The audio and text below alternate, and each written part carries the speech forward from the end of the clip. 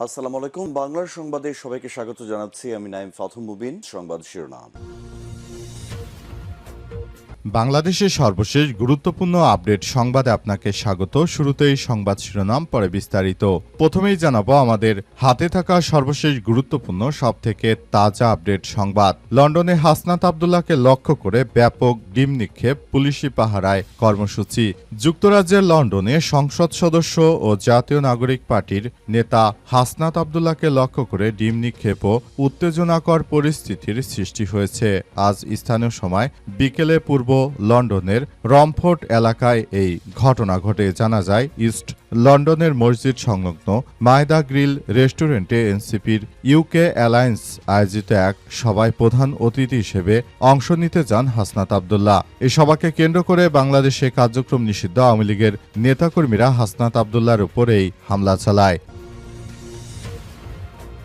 এরপর জানাবো বেনজির গ্রেপ্তারে আওয়ামী লীগ আতঙ্ক।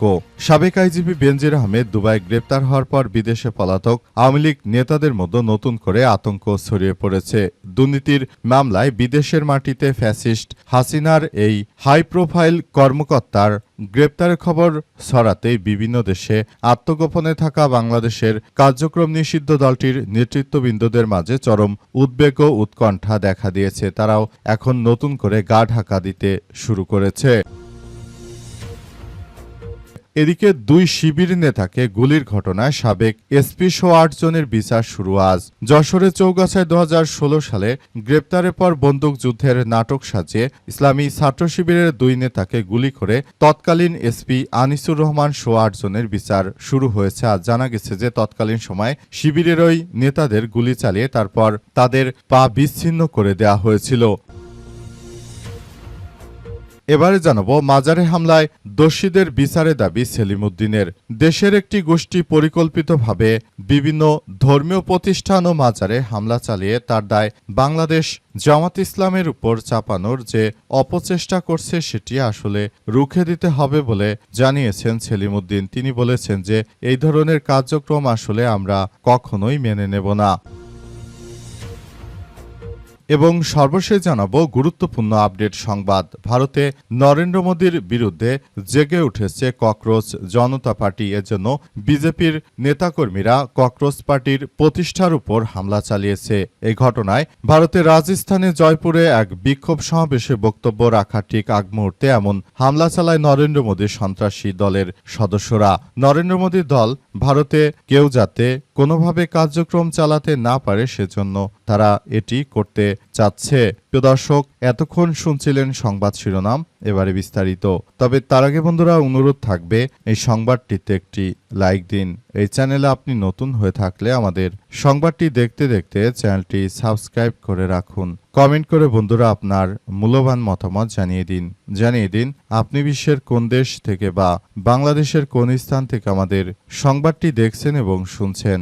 আর বন্ধুরা, সংবাদটি আপনার সোশ্যাল মিডিয়া ফেসবুকে শেয়ার করে বন্ধুদেরও দেখার সুযোগ করে দিন। আজকের এই সংবাদ সম্পর্কে আপনার মূল্যবান মতামত কমেন্ট বক্সে কমেন্ট করে জানিয়ে দিন। গাজা যুদ্ধে আপনি যদি নিরীহ ফিলিস্তিনিদের ভালোবেসে থাকেন, কমেন্টে ইয়েস লিখে সারা বিশ্বকে আমাদের এই তাজা আপডেটটি দেখার সুযোগ করে দিন। এবারে বিস্তারিত। লন্ডনে হাসনাত আব্দুল্লাহকে লক্ষ্য করে ডিম নিক্ষেপ, পুলিশি পাহারায় কর্মসূচি।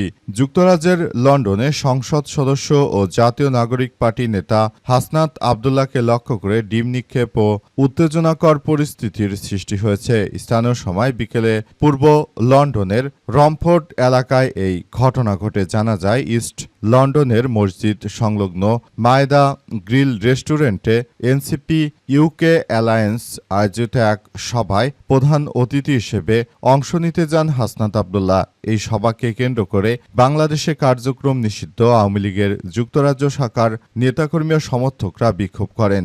এক পর্যায়ে এনসিপির সমর্থক ও কর্মীদের লক্ষ্য করে ডিম নিক্ষেপ করা হয়। পরিস্থিতি নিয়ন্ত্রণে আনতে পুলিশ মোতায়েন করা হয়েছে। এই ঘটনায় একাধিক ভিডিও সামাজিক যোগাযোগ মাধ্যমে ভাইরাল হয়েছে।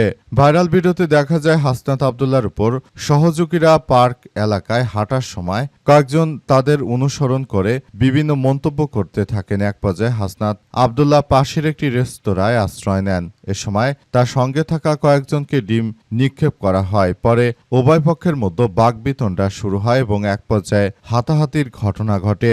এমন পরিস্থিতিতে নির্ধারিত সময় প্রায় ৩ ঘণ্টা পর কঠোর পুলিশি নিরাপত্তার মধ্যে হাসনাত আবদুল্লাহ অনুষ্ঠানস্থলে প্রবেশ করেন এবং সেখানে বক্তব্য দেন। অনুষ্ঠান শেষে তিনি পুলিশি নিরাপত্তার মধ্যেই স্থান ত্যাগ করেন। এই ঘটনাকে কাপুরুষোচিত আখ্যা দিয়েছে এনসিপি ইউকে অ্যালায়েন্স। এক বিবৃতিতে দাবি করেছে আওয়ামী লীগের সন্ত্রাসীরা এখনো ভীতি প্রদর্শন এবং অসহিষ্ণু রাজনীতি থেকে বেরিয়ে আসতে পারেনি। তারা দেশের মাটিতে কিছু করতে না পারলেও তারা ভবিষ্যতের কথা ভেবে তাদেরকে এই সহিংসতা কার্যক্রম অবশ্যই ত্যাগ করা উচিত।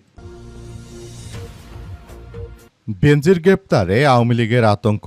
সাবেক আইজিপি বেনজির আহমেদ দুবাই পুলিশের হাতে গ্রেপ্তার হয়েছে। জানা গেছে যে তিনি দুবাই থেকে ট্রানজিট নিয়ে নতুন কোনো রাষ্ট্রের উদ্দেশ্যেও যাচ্ছিলেন। তিনি মূলত লন্ডন থেকে ফেরত এসেছিলেন এবং তিনি অন্য কোনো রাষ্ট্রে আশ্রয় নেওয়ার উদ্দেশ্যে যাচ্ছিল, কিন্তু দুবাই পুলিশ এআই ক্যামেরা দিয়ে তাকে ডিটেক্ট করে ফেলে এবং অবশেষে তাকে আটক করার ঘটনা ঘটে।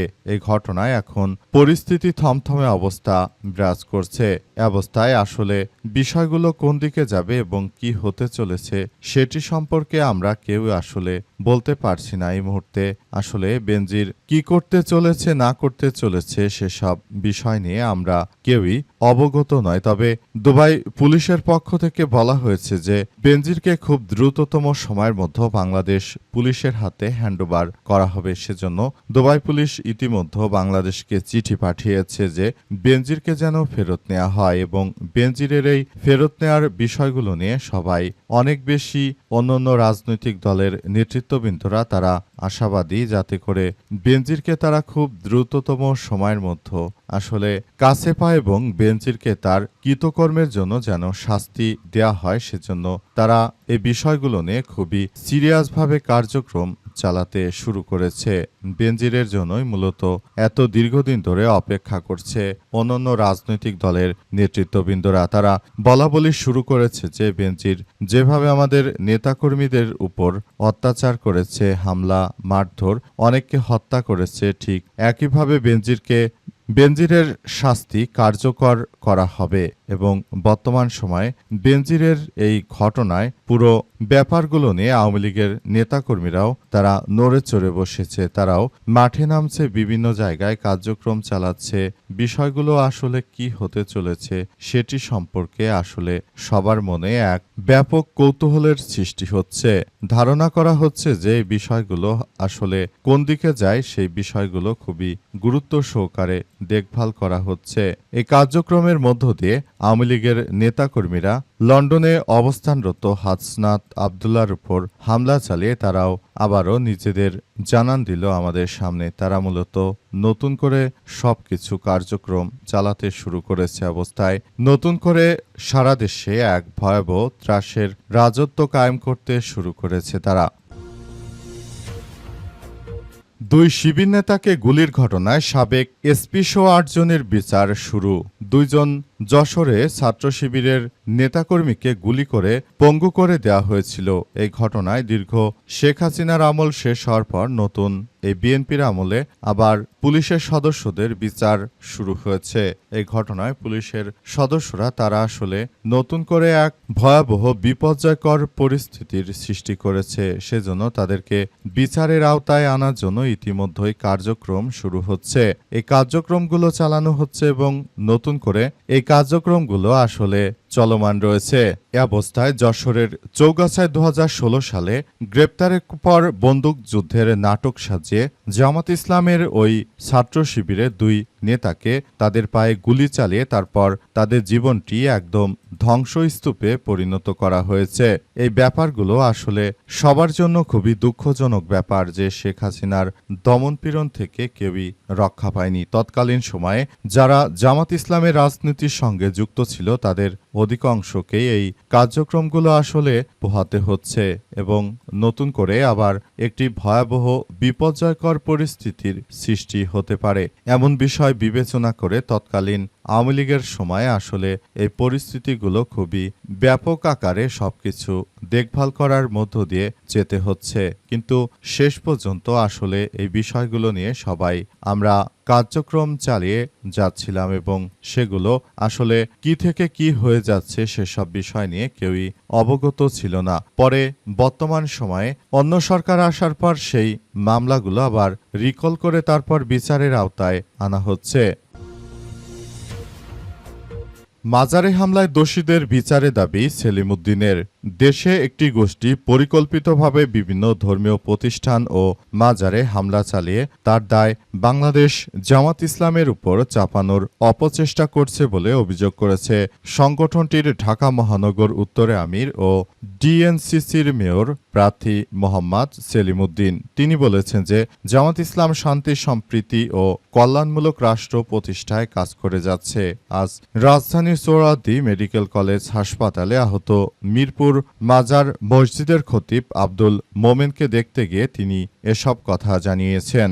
এ সময় সেলিম উদ্দিন বলেছেন যে দেশে অস্থিতিশীল পরিস্থিতি সৃষ্টি, ধর্মীয় সম্প্রীতি বিনষ্টের উদ্দেশ্যে মাজারে হামলা ভাঙচুরের ঘটনা ঘটানো হচ্ছে। এসব ঘটনার সঙ্গে জড়িতদের দ্রুত বিচার করে আইনের আওতায় আনার দাবি জানিয়েছেন তিনি। পরে উপস্থিত নেতারা আহত খতিবের দ্রুত সুস্থতা কামনা করেছেন। এরপরই সেলিম উদ্দিন মিরপুর ১৩ এলাকায় জুলাই গণঅভ্যুত্থানে শহীদ আব্দুল হান্নানের পরিবারের সদস্যদের সঙ্গে সাক্ষাৎ করে। এ সময় তিনি জুলাই গণঅভ্যুত্থানে শহীদ ও আহত যোদ্ধাদের অবদানের কথা গভীর শ্রদ্ধার সঙ্গে স্মরণ করে বলেন যে তাদের আত্মত্যাগ জাতি কখনোই ভুলবে না। এই ব্যাপারগুলো সবাই খুবই গুরুত্ব সহকারে দেখভাল করছে।